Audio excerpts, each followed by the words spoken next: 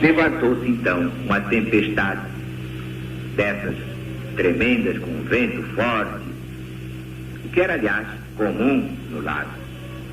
Quando estavam pelo meio, cerca de 5 quilômetros, o lago tinha 21 quilômetros de comprimento por 9, mais ou menos, de largura. Então Jesus lhes apareceu andando sobre as ondas. Imediatamente respondeu ao medo dos discípulos, dizendo: não temais, sou eu. E chegaram à outra margem. Claro que Jesus tinha poder de andar sobre as águas do mar. Como é que não? Dominava completamente a matéria, tornava a matéria mais densa, menos densa no seu corpo fluídico. Dominando a lei dos fluidos, dominava inteiramente o seu corpo material. Mas a multidão que ficou na outra margem não achou mais lá o Mestre Jesus. No outro dia de manhã, e saiu à sua procura atravessando o lago. E ao chegar, Jesus faz uma censura. Pode até parecer cruel. Vós me procurais, não é? Não porque vistes milagres, mas porque comestes dos pães e vos fartastes mesmo. Aproveitando a oportunidade, fez uma das grandes revelações a respeito de sua doutrina. Os homens deviam procurar não a comida que perece, mas a que traz a garantia da vida eterna, a vida futura.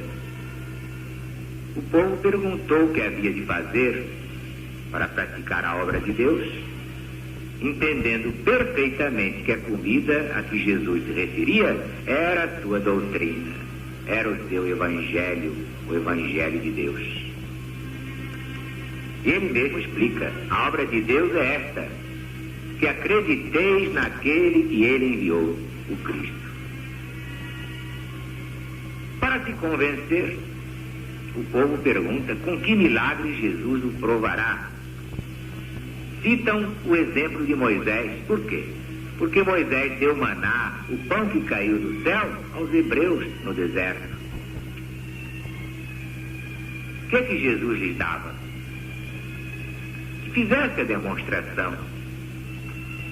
Então Jesus começa explicando: não foi Moisés, mas Deus, o Pai que está no céu, isto é, em toda a parte ao mesmo tempo, quem vos deu o maná.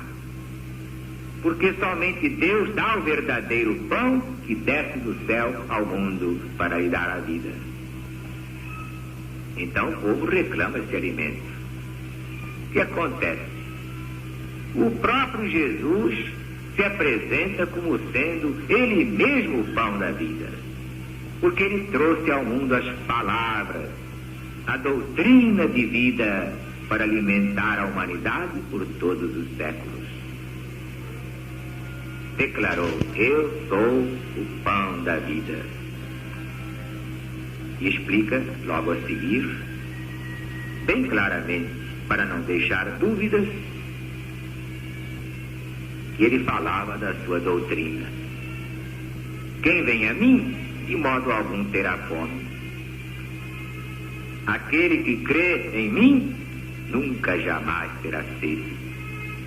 Quer dizer, o pão é espiritual, é a doutrina, é a palavra, são os seus ensinamentos. O vinho que dessedenta, e Jesus disse mais tarde: eu sou a videira, é a vida espiritual de união com ele. No versículo 37, há uma palavra de suma importância: todo aquele que Deus me dá, virá a mim. E todo aquele que vem a mim, de modo algum, eu o lançarei fora.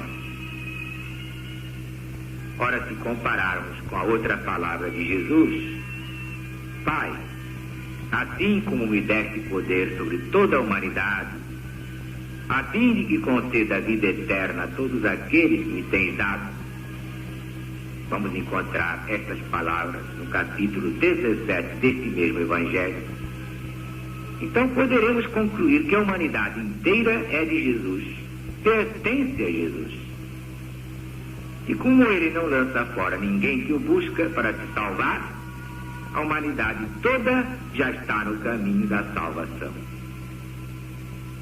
Uns demoram mais porque se obstinam na ignorância e afundam nos prazeres materiais, que causam o tédium vitae, não resolvem nada. Muita gente que bebe, muita gente que joga, faz outras coisas e, entretanto, não é feliz. E um dia vai cansando, diz, o Zaru está com a razão, e vem para ele beber e faz muito bem. Mas compreendemos assim a impossibilidade, o absurdo de asseverar que aqueles que se salvam são minoria absoluta. Todos sairão desse inferno e se salvarão pelo conhecimento da verdade. Isto é confirmado pelas palavras seguintes. Ouçam bem, por favor.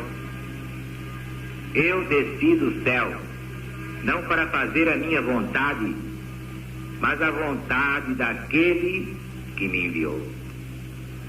E a vontade daquele que me enviou é esta: que eu nada perca de tudo que ele me tem dado, e eu ressuscitarei no último dia. Mas os judeus protestaram. Como diz que é o pão que desceu do céu? Não é ele o filho do carpinteiro? A dificuldade em aceitar Jesus é porque não pertencia ao sacerdócio, era um simples irmão operário. E se eles conheciam o pai e a mãe de Jesus, como podia dizer que desceu do céu? Então Jesus replica: não murmureis entre vós, ninguém pode vir a mim senão trazido pelo Pai. Mas está escrito nos profetas: todos serão ensinados por Deus. Quem duvidar, pegue o livro de Isaías, capítulo 54, versículo 13. Deus quer que todos os homens se salvem. Então Jesus acrescenta: todo aquele que tem ouvido e aprendido do Pai, vem a mim. E nesse ponto Jesus avança mais na sua doutrina. Ninguém viu o Pai, mas eu sou o pão da vida. Os vossos pais comeram maná, e daí? Morreram. Mas eu não, eu sou o pão eterno. O pão que eu darei pela vida do mundo é a minha carne, e quem o comer, viverá eternamente. Ora, foi uma coisa tremenda, um grande escândalo, esta frase entre os judeus. Por quê?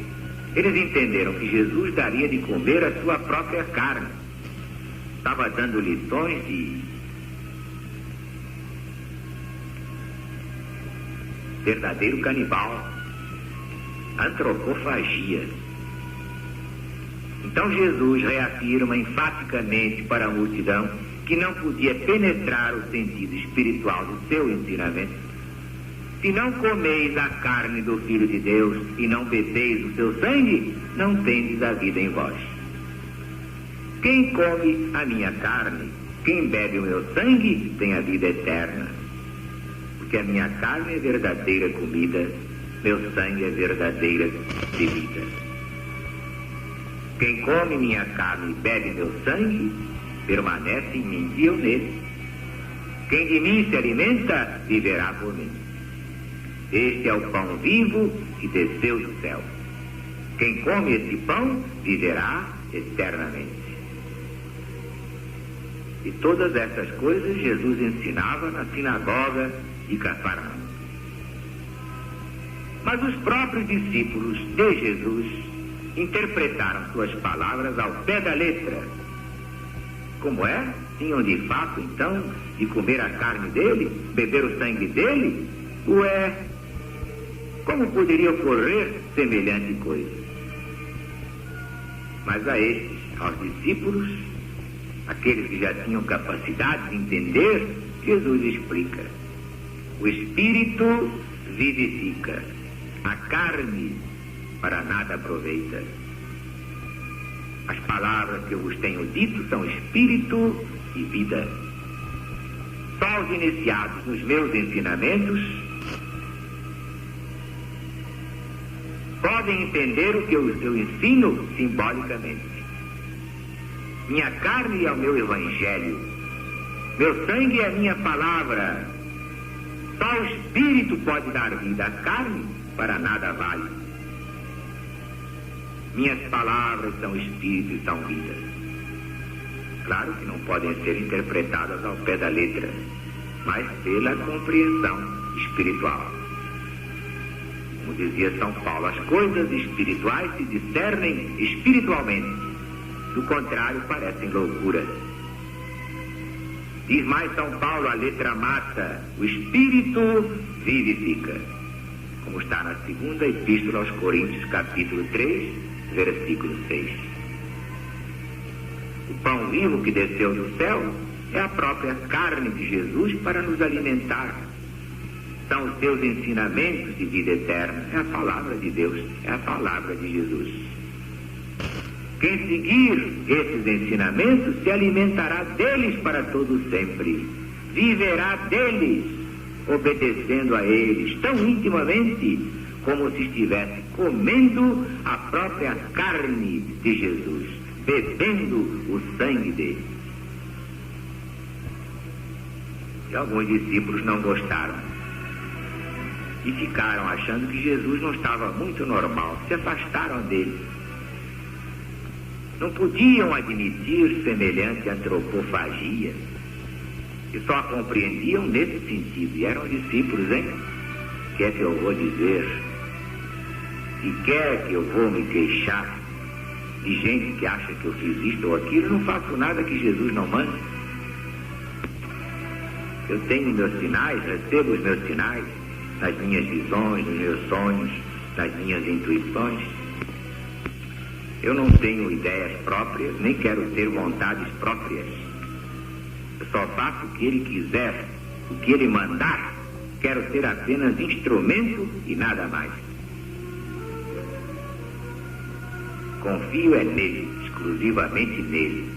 Nem em mim eu quero confiar. Faço de olhos fechados o que ele disser. Faça, eu faço.